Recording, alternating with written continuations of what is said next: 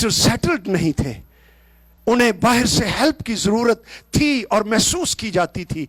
आज pastors settled हो गए, सेकंड जनरेशन आ गई, हुण मार भज पै गई। Now we don't feel the need of an evangelist, जिसके पास बुलावा हो, बिशारत का मसा हो, रूहें जीतने वाला हो।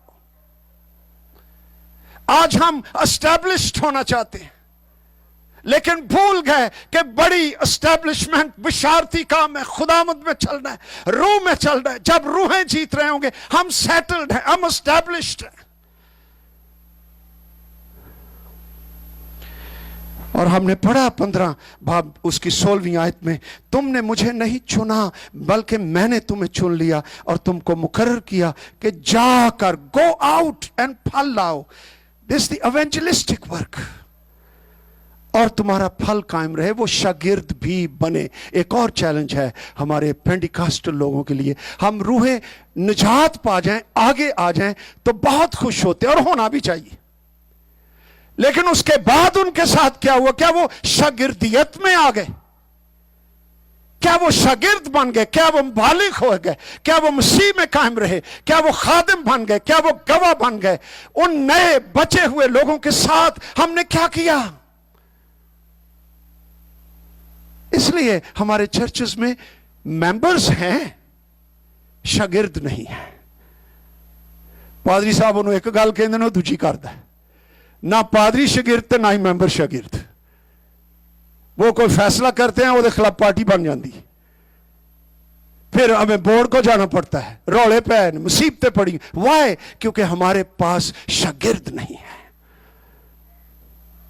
और अब तो यहां तक काम पहुंच रहा है, यह भी नहीं पता होता कि पेंटिकॉस्टल चर्चेस में निजात याफ्ता मेंबर्स कितने हैं। पहली पुश्त में जब हम पूछा करते थे, भाई जी आपके कितने मेंबर हैं, वो कहता हुंदा सी जनाब 59 मेंबर ने। 59, उन्हें 60 भी नहीं कहना। उसको पूरा हुण पूछो, मेरे को 50-60 फैमिलियां है ने। अच्छा, फिर पूछना पैंदा है वो फैमिलियां च निजात याफ्ता किन्ने ने, उन्होंने नहीं पता। हमारा फोकस बदल गया है। पहले चर्चे सिर्फ निजात याफ्ता लोगों के होते थे और जिंदगियां फलदार होती थी। थोड़ी जी को गल उच्ची भी हो जानी ना किसी भाई दे नाल, तो उन्हें कहना यार मेरे को दुआ नहीं होती, मेरे को कलाम नहीं, मेरी रूह बेचैन हो गई है यार। तो इकरार करना जाके, भाई जी मैं थोड़े को माफी मांगना, ये रूह की जिंदगी है, मैं तौबा करता हूं। हुण सिर्फ तौबा करवाने हैं, करते नहीं। This is all what we do.